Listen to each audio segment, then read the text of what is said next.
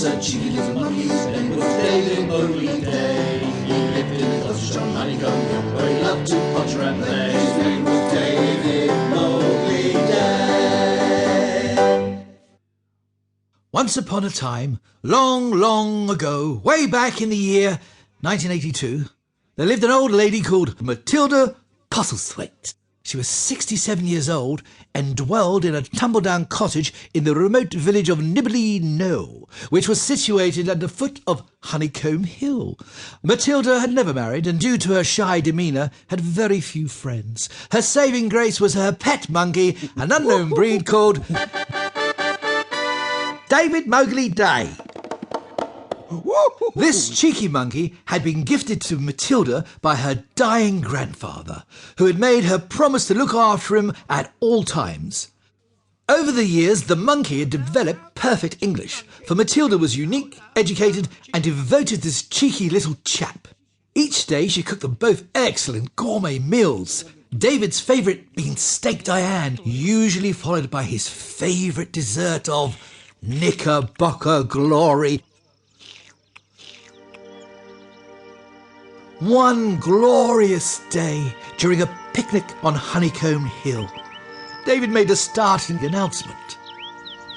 Matilda, you've looked after me for 18 years and have treated me as your own. However, I have the sudden urge to return to the place from whence I came. I have done some research and discovered I was brought here on a ship from a remote jungle in deepest Africa called Celebratumberland. Now, I'm sorry to hurt you, dearest Matilda, but I must return to my roots and find out who I really am. Within seconds, Matilda became both dismayed and tearful. In fact, she started to blubber uncontrollably. But David, I think of you as my son. To lose you would break my heart.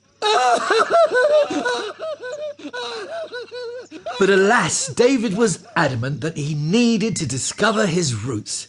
He petulantly tossed his cucumber sandwich over his shoulder, stamped his foot on the ground and exclaimed, I demand my rights. Anyway, I'll send you a postcard every other year. Well, if there's a post office about.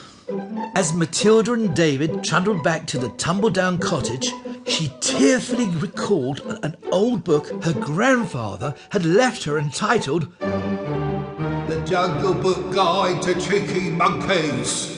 As soon as they got home, she opened up the book and found it contained a short letter of instructions from her late grandfather. She'd read it before, but had hoped she would never have to follow through with the instructions so eloquently written in gold leaf by her beloved grandfather. There was once a cheeky little monkey, his name was David Mowgli Day. He lived in a cottage on Honeycomb Hill, where he loved to potter and play.